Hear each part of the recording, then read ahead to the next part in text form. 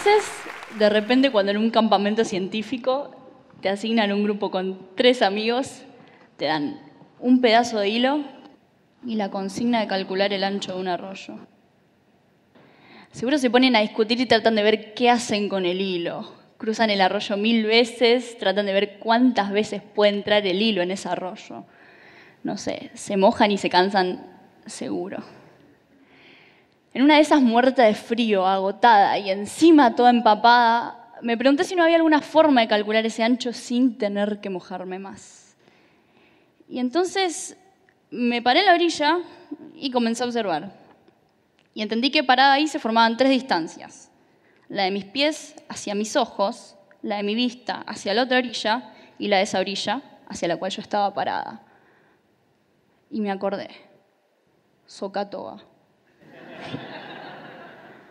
Un conocimiento básico de trigonometría que hasta ese momento parecía algo innecesario. Estaba ahí brindándome la respuesta por una problemática en tiempo real. Y por más simple que haya parecido esta situación, el proceso mental que tuve que hacer en ese momento fue particularmente diferente a cualquier cosa que había hecho en mi vida. Porque fue algo propio, fue genuino. Y a partir de ese momento se despertó algo en mí que se ve que se había dormido por el simple hecho de creer que yo no podía. Pero esa vez pude y me agarró esta locura por tratar de conocer más sobre las cosas y sobre la realidad. Así que no paré de buscar otras experiencias parecidas a este campamento. Me fui al Instituto Balseiro, convencí a mis amigos de la escuela para armar un destilador de agua solar para un concurso del CONICET, me metí en más becas, olimpiadas y campamentos para seguir aprendiendo. Y así que a lo largo del año me gané el título de la chica ciencia de la escuela. Pero me pasó esto. Me saqué un 7 en casi todas las materias. Supongo que fue porque fui creciendo, ¿no? Digo, ¿a qué? Es normal que se vayan perdiendo estos intereses a lo largo del tiempo. Y más cuando sos chico, que de repente llegas con un nuevo mundo lleno de obligaciones y cosas que te quitan el tiempo para lo que vos considerabas esencial. Miren, durante todos nuestros años de secundaria, para poder eximir todas las materias y pasar de año, a todos los chicos de la Argentina se nos pide sacarnos más de un 6 o un 7. Y ahora yo me acuerdo que de chiquita tenía esta idea de la escuela como un lugar exclusivo para aprender y no parar de maravillarme con cosas nuevas.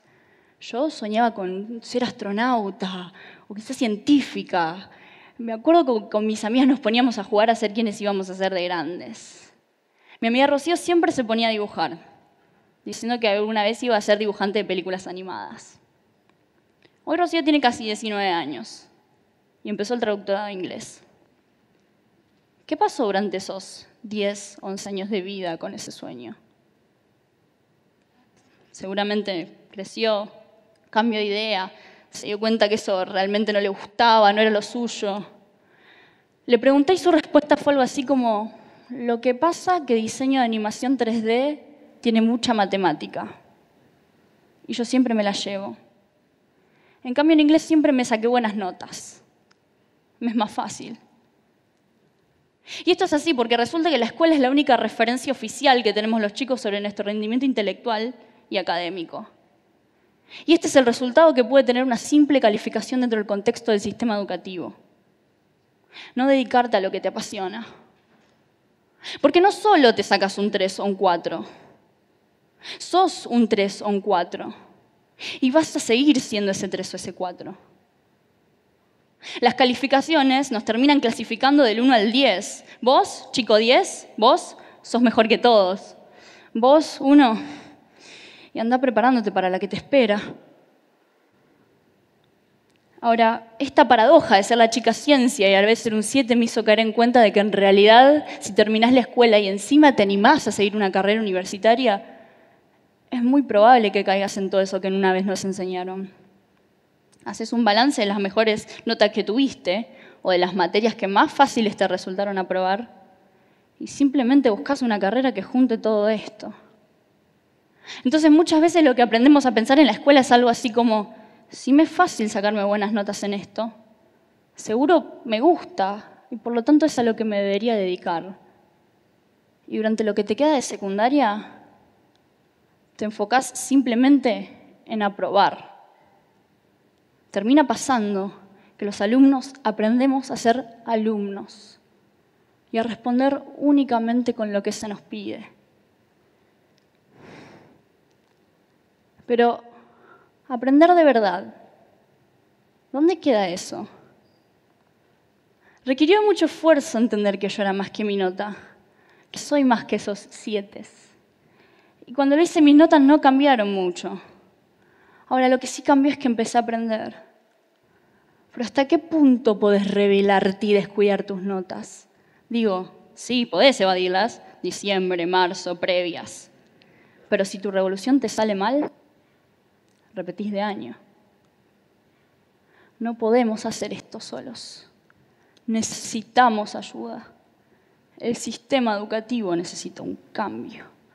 Yo les puedo asegurar que la pasión y el interés que tiene esa chica, Rocío, mi amiga, por el dibujo, vale muchísimo más que un 3 o un 4 en cualquier materia. La escuela debería ser ese lugar que nos enseñe a pensar, a buscar eso que tanto nos enamora, a ser de la manera que queremos ser y no la que nos dicen los números que somos. Hoy mi boletín seguirá diciendo que soy un 7, sí. Mis compañeros, mis docentes y mi establecimiento educativo seguirán teniendo esta contradictoria chica ciencia llena de 7. Pero para mí, soy más que un número. Ahora, ¿las calificaciones son algo realmente útiles, necesarias? No sé. Pero mostrarnos durante todo nuestro proceso educativo que somos y podemos muchísimos más que esos números, estoy convencida de que eso es algo indispensable. Muchas gracias.